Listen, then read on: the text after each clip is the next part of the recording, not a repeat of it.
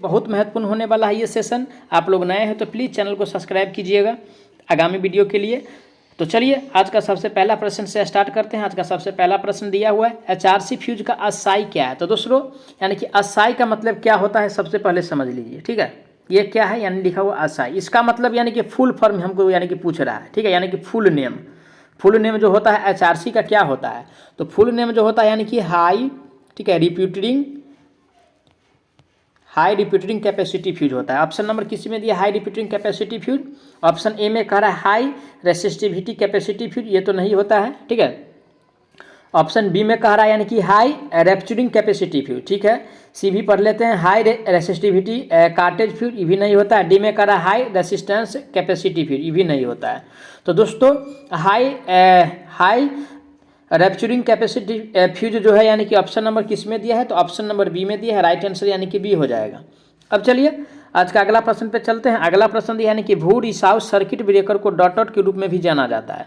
तो देखिए दोस्तों इसका यानी कि अगला यानी नाम जो होता है यानी कि अदर नाम को पूछ रहा है, ठीक है। तो ऑप्शन ए में कह रहा है यानी कि ऑयल कंट्रोल ब्रेकर, बी में दिया है आउटसोर्स करंट सर्किट ब्रेकर, सी में दिया है यानी कि ढाले गए सर्किट ब्रेकर, और डी में गया है यानी कि लघु प्रकोष्ठ वाले सर्किट ब्रेकर, ठीक है। तो दोस्तों यानी कि सर्किट ब्रेकर जो होता है, ठीक है ना, यानी कि सर्किट ब्रेकर, ठीक है, यानी कि अर्थ सर्किट ब्रेकर हमसे इसमें पूछ रहा है, अर्थ लीकेज वाला। तो अर्थ लीकेज वाला जो होता है दोस्तों उसका अन्य नाम यानी कि आउटसोर्स करंट ब्रेकर भी कहा जाता है। क्या कहा जाता है, आउटसोर्स करंट सर्किट ब्रेकर भी कहा जाता है। ऑप्शन नंबर किस में दिया है, ऑप्शन नंबर बी में दिया है। राइट आंसर बी हो जाएगा। अब चलिए अगला प्रश्न दिया हुआ है किसी SF6 सर्किट ब्रेकर का क्रियाशील वोल्टेज डॉट होता है। तो दोस्तों यानी कि SF6 का जो क्रियाशील वोल्टेज होता है बहुत उच्च होता है, ठीक है। लगभग यानी कि 765 किलो वोल्ट तक इसका उपयोग करते हैं, ठीक है। अकॉर्डिंग टू ऑप्शन के हिसाब से अगर देखा जाए ऑप्शन ए में कह रहा 11 से 22, तो इसका तो होता नहीं है। 110 से 415 ये भी नहीं होगा, ठीक है। और सी में कह रहा है यानी कि 1 किलो वोल्ट से 33, ये भी नहीं होगा। और डी में दिया यानी कि 36 किलो वोल्ट से लेकर के यानी कि 760। तो अकॉर्डिंग टू ऑप्शन के हिसाब से सबसे ज़्यादा यही है। तो राइट आंसर की बात किया जाए ऑप्शन नंबर यानी कि डी सही हो जाएगा, ठीक है। अब चलिए अगला प्रश्न दिया यानी कि पीपी का पूर्ण रूप क्या होता है। तो दोस्तों यानी कि पीपी का पूर्ण रूप जो होता है यानी कि पर्सनल होता है, ठीक है, पर्सनल प्रोटेक्टिव इक्विपमेंट होता है। ऑप्शन नंबर किस में दिया है, पर्सनल प्रोटेक्टिव इक्विपमेंट। तो ऑप्शन नंबर ए में कह रहा है यानी कि पर्सनल परफेक्ट इक्विपमेंट, ऐसा तो नहीं होता है। बी में कह रहा है यानी कि पर्सन परफेक्ट इक्विपमेंट, ऐसा भी नहीं होता है। सी में कहा है पर्सन प्रोटेक्टिव इक्विपमेंट, पर्सन नहीं होता है दोस्तों, पर्सनल होता है। तो ऑप्शन नंबर डी में दिया है, ठीक है, पर्सनल प्रोटेक्टिव इक्विपमेंट। तो राइट आंसर यानी कि डी हो जाएगा, ठीक है। अब चलिए आज का अगला प्रश्न पे चलते हैं। अगला प्रश्न दिया हुआ है मोटर ओवरलोड रिले का उपयोग आमतौर पर डैश के लिए किया जाता है। तो दोस्तों ओवरलोड जो होता है ये निम्न संरक्षण के लिए होता है या हाई वोल्टेज के लिए या हाई करंट के लिए होता है। तो देखिए ऑप्शन ए में कह रहा है यानी कि निम्न संरक्षण के लिए, तो ऐसा तो नहीं होता है। बी में कह रहा है अति भार संरक्षण के लिए, चलिए ठीक है, सी भी पढ़ लेते हैं। अधिक वोल्टेज संरक्षण के लिए, और डी में कह रहा है यानी कि अति तापन संरक्षण के लिए, ऐसा भी नहीं है।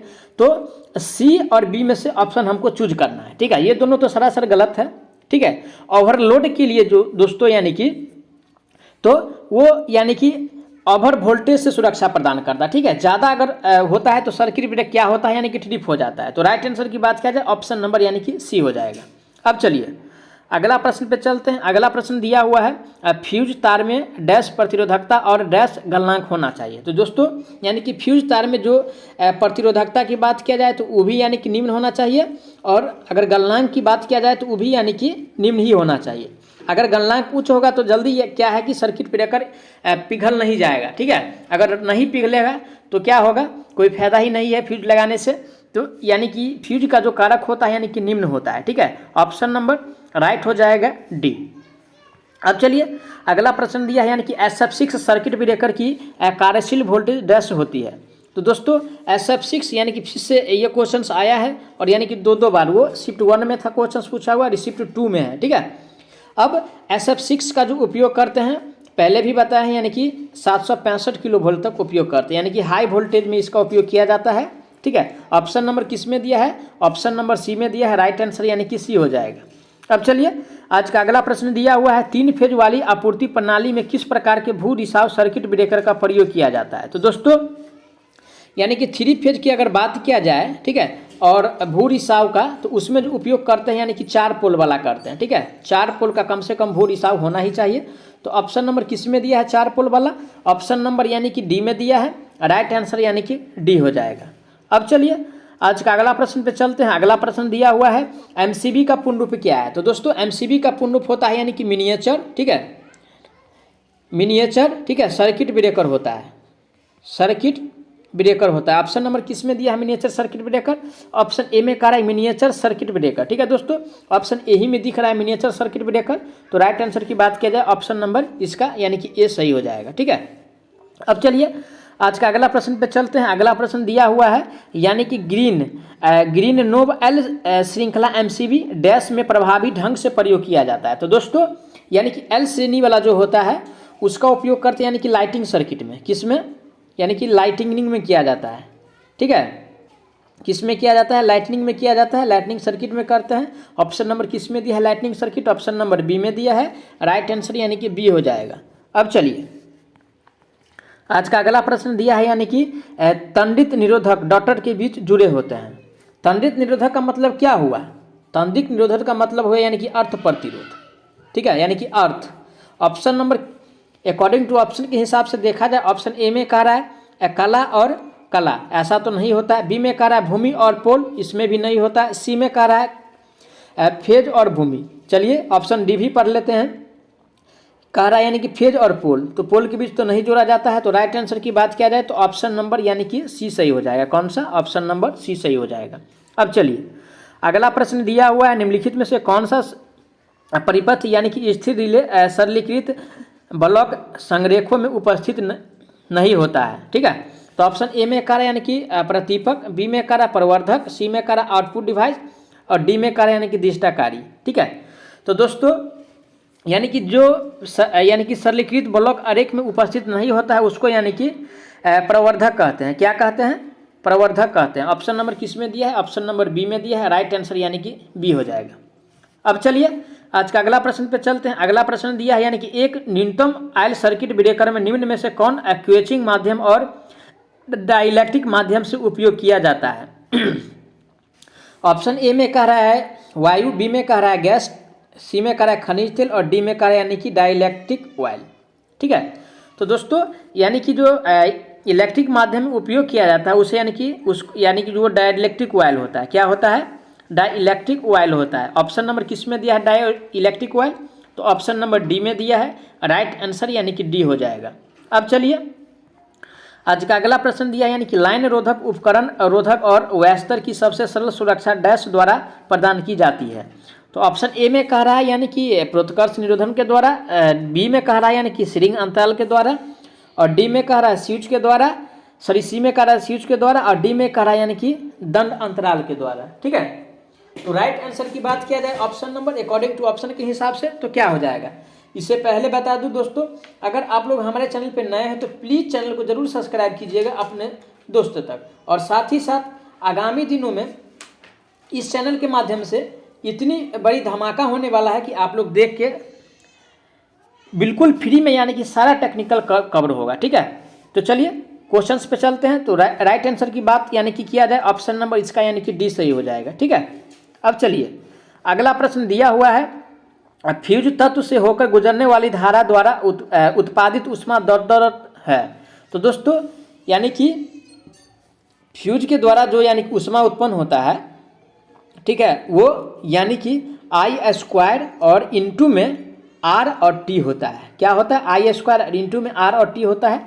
ऑप्शन नंबर किस में दिया है? ऑप्शन नंबर सी में दिया है। राइट आंसर सी हो जाएगा। अब चलिए अगला प्रश्न दिया है तेल से भरे और गैस दाब तार का उपयोग डैश के लिए किया जाता है।